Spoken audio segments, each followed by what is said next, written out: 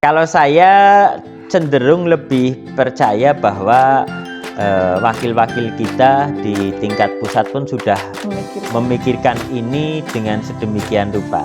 Kalau kita melihat dari satu sisi, pasti ada sisi negatifnya. Kalau kita lihat setiap kebijakan, kalau kita fokus kepada sisi negatifnya, pasti akan ketemu komunikasi yang lebih intens, khususnya dengan kami di OKP, Organisasi Kepemudaan, sehingga kami juga bisa ikut mungkin membantu, memberikan pemahaman, edukasi, atau bahkan ikut bergerak dan menggerakkan teman-teman untuk lebih berpartisipasi sebagai penyelenggara pemilu. Katakanlah kemarin kami, biasanya mungkin teman-teman Ansor juga sama, masih aktif sendiri, kemudian kita melakukan pendidikan politik, diantaranya katakanlah misalkan undang-undang nomor 7 tahun 2017 lah terkait dengan PPS, PPK, kemudian KPPS.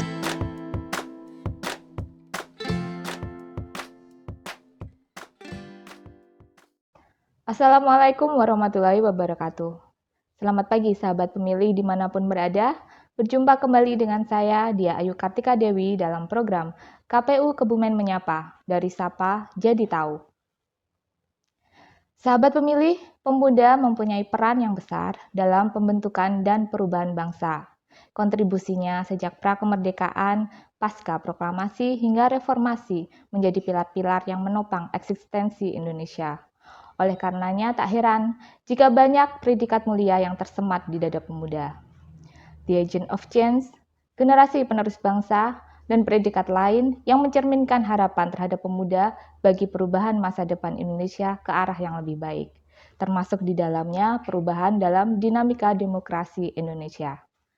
Nah, sahabat pemilih, episode kali ini kami akan mengangkat tema tentang partisipasi pemuda dalam kepemiluan. Untuk itu kami telah mengundang salah satu tokoh pemuda di Kabupaten Kebumen dari salah satu ormas Islam besar di Indonesia. Beliau adalah Ketua Pimpinan Daerah Pemuda Muhammadiyah Kabupaten Kebumen, Dr. Hasan Bayuni. Assalamualaikum Dokter, selamat pagi. Waalaikumsalam warahmatullahi wabarakatuh. Selamat pagi Mbak. Ya, terima kasih sudah berkenan hadir bersama kami dalam program talkshow kali ini. Saya ini undangnya Mas aja ya, biar Mas, boleh. biar lebih kuat aura kepemudaannya sesuai tema kali ini ya. Nah, sesuai prolog saya tadi di awal, kita akan mengangkat tema tentang partisipasi pemuda dalam kepemiluan. Nah, ini menurut Mas Hasan, seberapa besar tingkat perhatian dan partisipasi kaum muda terhadap demokrasi, terutama untuk gelaran pemilu baik itu nasional maupun di tingkat daerah, seperti itu. Oke. Kalau pemuda sendiri sesungguhnya sudah punya sejarah yang cukup panjang, Mbak, terkait keterlibatan dalam membangun bangsa. Dari Budi Utomo, kemudian Sumpah Pemuda, bahkan proklamasi kemerdekaan Republik Indonesia sendiri dilakukan oleh atau digerakkan oleh para pemuda, termasuk peristiwa 1998 saat era reformasi, itu pun pemuda bergerak. Sama dengan saat ini kalau kita lihat data-data terakhir kan pemuda memiliki potensi hingga 40% kalau tidak salah, yaitu sekitar 42 juta. Artinya kalau pemuda ini bergerak dengan progresif, maka kegiatan penyelenggaraan pemilu akan sangat luar biasa tentu saja, khususnya dalam proses membangun demokrasi ini. Hanya memang ada beberapa hambatan mungkin ya, atau ada beberapa tantangan untuk terus meningkatkan partisipasi pemuda dalam membangun demokrasi ini. Biasanya pemuda itu cenderung lebih sensitif atau akan tergerak dengan isu-isu yang itu akan terkait dengan pemuda itu sendiri. Nah, misalkan lapangan kerja, itu otomatis anak-anak muda akan lebih banyak tergerak dengan isu-isu seperti itu, atau isu-isu pendidikan biasanya. Nah, sehingga biasanya caleg-caleg kalau menyasar anak-anak muda atau seperti kami ya lapangan pekerjaan, ya biasanya isu-isu itu yang dimunculkan, lapangan kerja, terus kemudian pendidikan. Terkait dengan partisipasi sendiri, ini menjadi perhatian bersama kita untuk bagaimana terus menyadarkan agar para pemuda ini lebih melek politik mungkin lah, lebih melek demokrasi. Entah itu sebagai penyelenggara, entah itu sebagai atau terlibat dalam kontestasi, atau bahkan sekedar ikut berperan sebagai vote getter. Nah, atau mungkin bisa menggerakkan lah teman-teman pemuda lain untuk ikut serta dalam keberhasilan penyelenggaraan demokrasi ini. Kalau saat ini nih di Kebumen, tadi kan secara umum ya, kalau di Kebumen sendiri, wabil khusus mungkin di Pemuda Muhammadiyah itu seberapa jauh? Apakah itu sudah tinggi atau sudah melek, atau memang masih perlu didongkrak lagi seperti itu? Kalau di Pemuda Muhammadiyah masih sangat perlu didongkrak. Oh gitu malah. Ya, kalau dalam segi sebagai pemilih mungkin itu sudah cukup baik lah. Tingkat partisipasi sebagai pemilih itu sangat tinggi menurut saya kalau di Pemuda Muhammadiyah. Yang masih perlu untuk ditingkatkan adalah tingkat partisipasi untuk tergabung sebagai penyelenggara. Oh iya, itu yang atau sebagai calon malah, atau ikut dalam kontestasi politik, apakah itu caleg dan yang lain. Politik praktis itu masih sangat rendah, dan bahkan beberapa kali kami kemudian melakukan komunikasi, ya kami bisa menjaring beberapa teman pemuda Muhammadiyah, tapi jumlahnya tidak terlalu banyak. Nah, ini menjadi tantangan kita bersama. Kalau alasannya sendiri apa? Sudah pernah di tracing gitu, kenapa kok seperti ada keengganan seperti itu mungkin?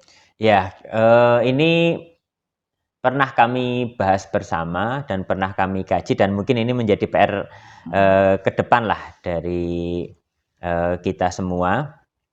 Ada yang ya sudah punya pekerjaan, ada yang kemudian tidak terlalu tertarik dengan politik, ada yang kemudian memang butuh diberikan sosialisasi dan edukasi. Bagaimana menjadi PPS, bagaimana menjadi PPK, dan bagaimana kemudian ikut menjadi relawan misalkan, dan atau mungkin menjadi pengawas. Ini nampaknya informasi ini masih terus harus dimasifkan kepada pemuda, khususnya pemuda Muhammadiyah ya. Iya, itu memang di tingkat penyelenggara kita belum bisa merata di seluruh kecamatan. Oh gitu. Iya.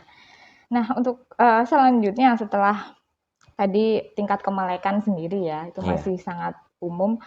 Selanjutnya ketika kita berbicara tentang pemilu kan kita tidak hanya berbicara tentang sebuah prosedur gitu ya, tetapi lebih substantif lagi itu tentang hasil atau produk dari pelaksanaan pemilu tadi seperti itu. Nah, ini menurut Mas Hasan dari sudut pandang tokoh pemuda Muhammadiyah, bagaimana pemahaman kaum pemuda ini terhadap evaluasi kinerja dari hasil pemilu tadi yang sudah kita selenggarakan dengan bisa dibilang berdarah-darah gitu ya, melibatkan banyak sekali orang, tenaga dan SDM sumber daya seperti itu. Bagaimana Mas?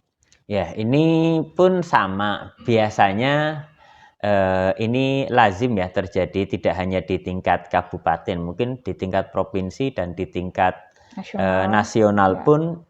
Bagaimana kemudian produk pemilu ini menghasilkan katakanlah pemimpin-pemimpin. Nah, biasanya kemudian proses evaluasi inilah yang sedikit mengendor, tidak sesemangat saat terjadi proses pemilihan. Akan menghadapi proses pemilihan itu di koordinasi, kemudian komunikasi itu begitu intens, tapi begitu kemudian menghasilkan pemimpin atau produk dari pemilu ini sendiri, teman-teman pemuda nampaknya masih perlu mendapatkan edukasi yang lebih tentang bagaimana kemudian tetap bersama-sama mengawal produk pemilu ini supaya bisa tetap berada pada rule yang tepat, atau paling tidak bisa teman-teman itu tetap mengawal visi misi dari seorang pemimpinnya, janji-janji kampanyenya, terus kemudian bagaimana kinerjanya, sehingga ini memang dibutuhkan sosialisasi dan edukasi agar teman-teman pemuda itu juga lebih kritis sebetulnya. Walaupun sebetulnya sebagian tanpa terakomodir itu ya sudah mulai memunculkan sisi kritisnya melalui media sosial kalau sekarang. Tapi bagaimana kemudian menggunakan jalur yang konstitusional ini yang kadang-kadang teman-teman belum banyak memahami. Ya. Kalau di Pemuda Muhammadiyah ini ada ini nggak artinya menyerap aspirasi-aspirasi seperti itu terhadap evaluasi kinerja dari produk itu, terus nanti ada jalur untuk up itu sebagai apa atas nama Muhammadiyah seperti itu. Ya, prinsip sama. Kami mungkin sama dengan sahabat-sahabat kami di Ansor ya. Kita lebih banyak berkomunikasi dengan masyarakat tentu saja karena kami tentu juga langsung berinteraksi dengan masyarakat di tingkat pedesaan maupun di tingkat kecamatan. Beberapa masukan, beberapa isu-isu biasanya kami serap. Kalau kami sudah merasa bahwa isu ini perlu kami perjuangkan, perlu kami berdayakan, dan tentu setiap isu selalu kami verifikasi terlebih dahulu karena sekarang hoax sangat luar biasa ya. Bahkan itu bisa mempengaruhi penilaian masyarakat terhadap seorang pemimpin, atau bahkan hoax itu sendiri bisa mempengaruhi penilaian masyarakat terhadap KPU sendiri malah. Itu sangat berpengaruh. Dan itu lebih dominan kadang-kadang yang begitu liar informasinya. Nah, ini yang sebetulnya perlu kita pahami bersama bahwa tidak setiap isu, kemudian tidak setiap informasi harus kita tindak lanjuti dengan cepat. Tetap harus kita lakukan proses verifikasi. Itu yang biasanya kami lakukan. Di saat kami melihat itu sudah layak untuk diperjuangkan dan kami verifikasi itu memang beritanya memang valid, biasanya yang kita lakukan pertama adalah diplomasi. Kita akan beraudiensi dengan apakah itu DPR ataukah itu dari bupati misalkan atau wakil bupati kalau ini terkait dengan pimpinan kita di tingkat kabupaten. Nah, kita akan melihat dulu informasi dari beliau-beliau untuk kemudian kita lakukan diskusi yang lebih mendalam. Biasanya kita melalui jalur itu daripada kita hanya berteriak-teriak di depan kantor atau turun ke jalan yang kami lihat kadang justru terlalu menguras energi. Ya. Dan teman-teman pemuda ini kan memang harus kita cerdas menyikapinya, Mbak. Karena mereka ada yang bekerja. Di Pemuda Muhammadiyah katakanlah ada saya misalkan dokter, punya jadwal yang cukup padat di rumah sakit. Kemudian ada teman-teman yang lain katakanlah sebagai guru. Atau ada yang membuka bisnis dan sebagainya.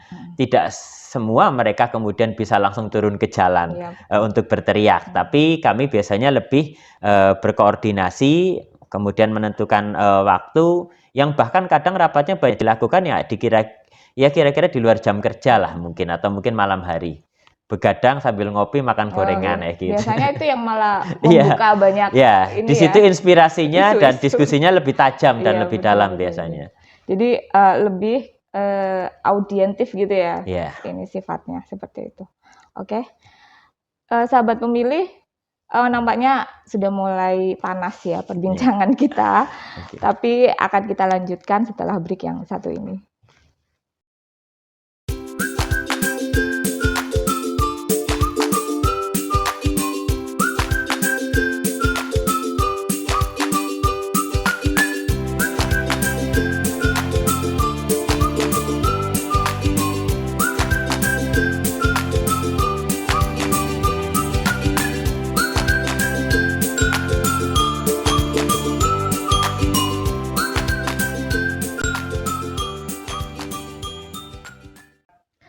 Sahabat pemilih, masih bersama saya dan Dr. Hasan Bayuni dalam KPU Kebumen Menyapa, dari Sapa Jadi Tahu.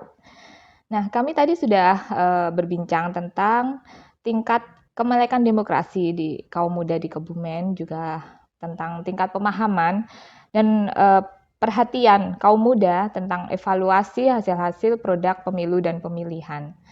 Nah, selanjutnya Mas Hasan, ini sebagai ormas, sebuah ormas ya, Bagaimana caranya pemuda Muhammadiyah ini membangun iklim demokrasi? Adakah kajian-kajian khusus atau seperti apa seperti itu agar mendorong pemuda ini menjadi lebih aktif lagi dalam atau partisipatif gitu dalam demokrasi seperti itu? Ya, jadi kalau di Pemuda Muhammadiyah sendiri kan memang selain ketua, sekretaris, dan bendahara, maka akan ada bidang-bidang.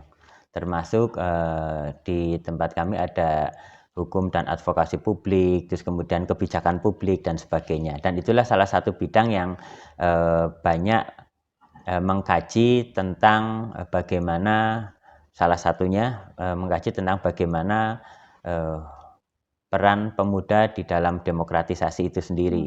Nah, tentu kita ada beberapa kegiatan, bisa mungkin bukan kajian ya kalau terkait politik, tapi biasanya kami selalu ada safari rutin ke tingkat cabang. Kalau di tempat kami cabang itu kecamatan. Kita kemudian mengumpulkan teman-teman pemuda Muhammadiyah di tingkat kecamatan, kemudian membuat diskusi-diskusi tematik, nah, terkait dengan demokratisasi.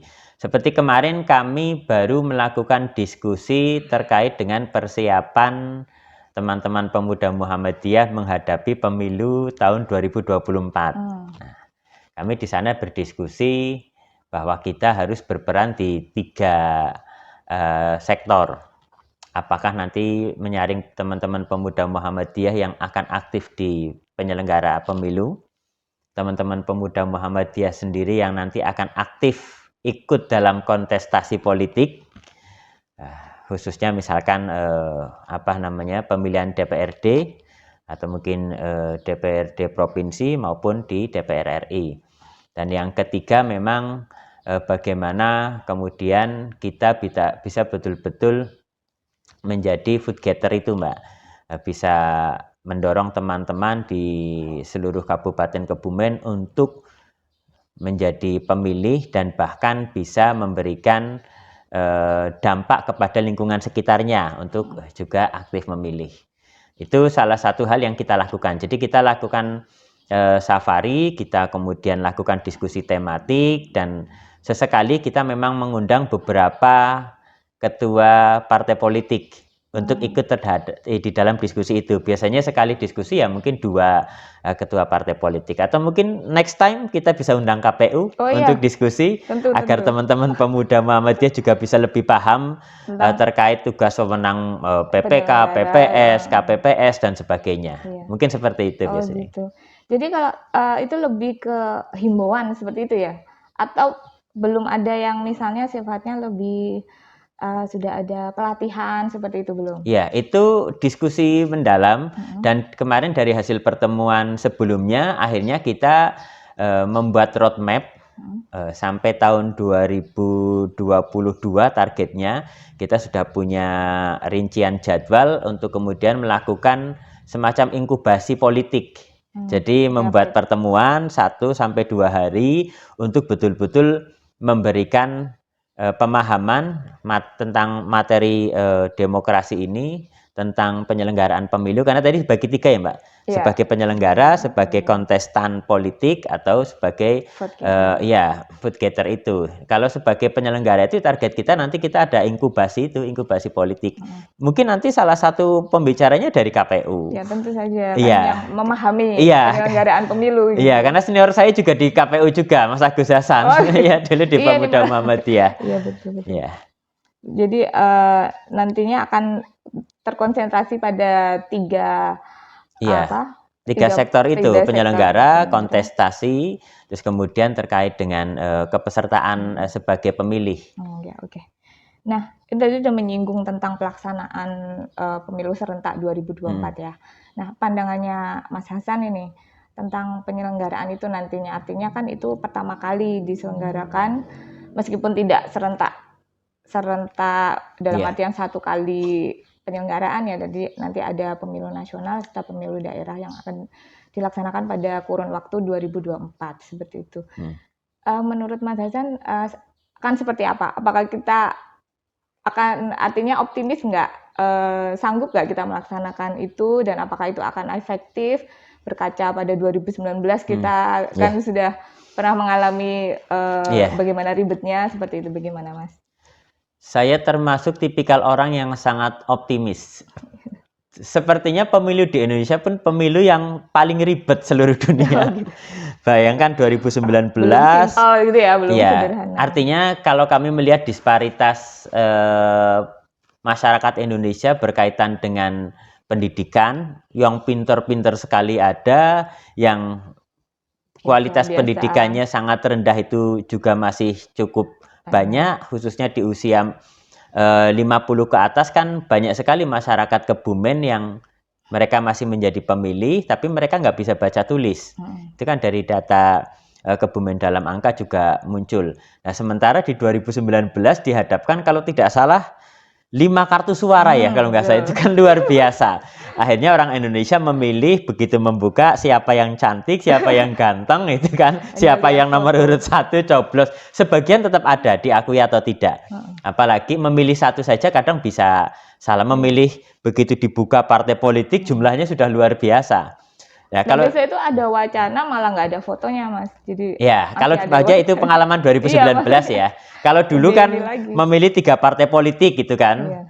PDI, Golkar, PDI, Golkar, P3 selesai gitu kan. Memilih 3 saja. Sekarang memang memiliki tingkat kerumitan. Tapi artinya kalau 2019 saja bisa, saya yakin Indonesia bisa melaksanakan di tahun 2024. Terlepas ada sisi positif dan negatifnya, itu di setiap penyelenggaraan itu pasti ada. Tapi saya optimis 2019 akan baik-baik saja. Berarti setuju nih pemilu dan pilkada itu disatukan seperti itu.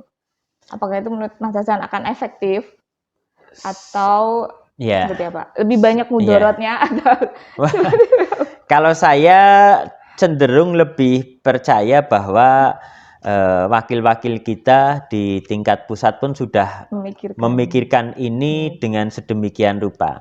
Kalau kita melihat dari satu sisi, pasti ada sisi negatifnya. Kalau kita lihat setiap kebijakan, kalau kita fokus kepada sisi negatifnya, pasti akan ketemu. Nah, tinggal bagaimana, karena kalau katakanlah kita melihat bagaimana dari sisi finansial, anggaran, itu tentu juga akan berpengaruh gitu kan, adanya efektivitas dan sebagainya. Kalau dipisah-pisah pun menyelenggarakannya juga sama. Bukan berarti kalau semuanya terpisah-pisah, semuanya tidak akan ada masalah juga. Pasti tetap akan ada masalah. Yang penting bagaimana kemudian menyeimbangkan antara potensi-potensi kerumitan tadi dengan sumber daya, ya dalam hal ini mungkin dari KPU, mungkin dari Bawaslu, itu dipersiapkan dengan baik sehingga masyarakat bisa lebih memahami lah, teredukasi, dan KPU-nya sendiri juga pasti saya lihat menjadi salah satu yang akan bekerja dengan sangat keras, walaupun dimanapun sekeras-kerasnya KPU bekerja pasti akan banyak sekali suara-suara dan hujatan. Itu biasa. Orang bekerja baik saja dihujat, apalagi mungkin ada yang melihat atau tidak puas dengan kinerja kita, ya pasti akan sangat luar biasa hujatannya. Ya, baik. Terima kasih loh dukungannya terhadap sama KPU tadi. Saya bukan mau nyalek ya, jadi Loh, kenapa kok nggak mau terjun ke politik praktis? Oh, kalau sampai detik ini memang belum, karena saya masih di Pemuda Muhammadiyah, terus kemudian saya juga masih aktif sebagai direktur rumah sakit, sehingga saya masih berpikir dunia saya masih di praktisi manajemen perumah sakitan saja. Gitu. Tapi saya biasanya tetap aktif dalam proses diskusi, baik dengan ketua partai politik dan dengan pimpinan-pimpinan kita, termasuk salah satunya ya mendorong bagaimana proses demokratisasi berjalan baiklah. Tapi ke depan ya kurang tahu. Tapi saat ini belum terpikir ke sana. Oke. Nah, tadi sudah tentang ini ya, optimisme tentang 2024. Nah, ada nggak mungkin ada saran atau mungkin ada harapan tentang apa yang harus kita perjuangkan di 2024. Artinya persiapan, bukan persiapkan seperti itu. Baik itu dari penyelenggara, mungkin ada masukan di KPU, ataupun baik untuk masyarakat mungkin lebih Oke. edukatif lagi atau seperti apa? Kalau untuk KPU, saran saya mungkin bagaimana membangun komunikasi yang lebih intens, khususnya dengan kami di OKP, Organisasi Kepemudaan, sehingga kami juga bisa ikut mungkin membantu, memberikan pemahaman, edukasi, atau bahkan ikut bergerak dan menggerakkan teman-teman untuk lebih berpartisipasi sebagai penyelenggara pemilu.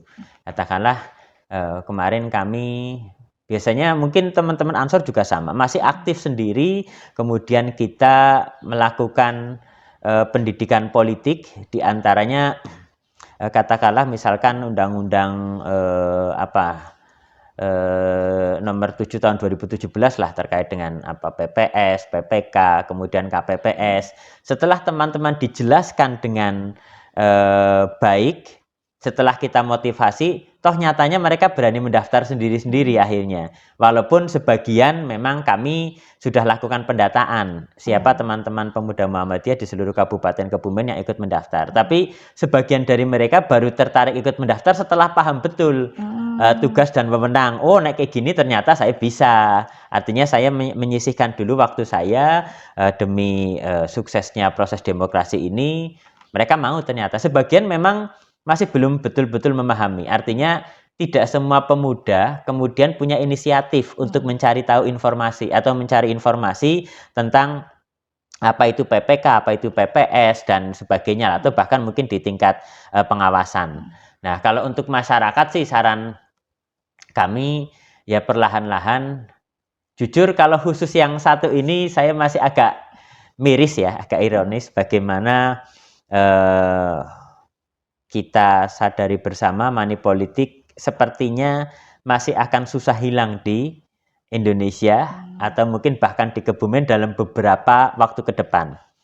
Sehingga kami pun sama lah, banyak diskusi dengan pimpinan partai politik atau dengan dewan. Bagaimana komunikasi sudah dilakukan dengan intens dengan masyarakat, di H-1 buyar betul. Tapi pengawasan kemudian KPU yang sudah mendesain ini dengan luar biasa pun ya sama saja lah, itu kecerdasannya semakin luar biasa. Artinya ini mungkin karena berkaitan dengan Kebumen sebagai salah satu atau sebagai kabupaten termiskin ya, sehingga uang 20.000 itu bisa merubah 5 tahun. Nah, padahal dibawa untuk makan nasi Padang saja selesai. Ya. Nah, ini tingkat keprihatinan kita. Tapi tetap harus optimis bahwa ke depan Indonesia akan mampu seiring dengan meningkatnya tingkat pendidikan masyarakat. Ya. Kemudian yang kedua, saran kami teman-teman pemuda, termasuk mungkin saya ke depan, saya belum tahu. Tapi kalau sampai saat ini memang saya belum berpikir ke arah sana, harus berani bertarung di dalam kontestasi politik. Tapi kalau saya sarankan kepada teman-teman pemuda, kepada masyarakat, kalau ingin terjun ke dalam politik, bangun dulu ekonominya. Oh, iya. Nah, bangun betul ekonominya secara mapan. Kalau mau terjun ke politik, insya Allah kita akan bisa berpolitik dengan lebih elegan. Saya melihat seperti itu. Itu kalau pengalaman saya berdiskusi dengan banyak teman-teman di politik. Oke. Jadi tadi Mas Hasan sudah mengungkapkan rasa optimismenya. Iya, juga, harus optimis Mbak, harus optimis. Juga komitmennya untuk mendukung pergelaran pemilu serentak 2024 ya. Seperti itu. Nah, terima kasih Mas Hasan atas waktunya. Hari ini sangat insightful dan inspiratif sekali. Semoga menginspirasi bagi sahabat pemilih, terutama kaum muda di Kebumen khususnya seperti itu. Terima kasih sekali. Sama-sama. Kita jumpa di lain waktu insya Allah. Siap. Baik, sahabat pemilih, demikian tadi bincang-bincang kita dengan tokoh pemuda Muhammadiyah, Dr. Hasan Bayuni. Nantikan obrolan kami dengan tokoh-tokoh lain yang tak kalah hebatnya di sapaan kami setiap hari Jumat pukul 9. Jangan lupa like, komen, dan subscribe channel YouTube KPU Kebumen. Nah, sebelum saya mengakhiri episode kali ini, saya akan mengutip kata-kata dari Presiden Soekarno. Berikan aku 1000 orang tua, niscaya akan kucabut Semeru dari akarnya. Berikan aku 10 pemuda, niscaya akan kuguncang dunia. Saya Dia Ayu Kartika Dewi mohon undur diri. Wassalamualaikum warahmatullahi wabarakatuh. Waalaikumsalam warahmatullahi wabarakatuh.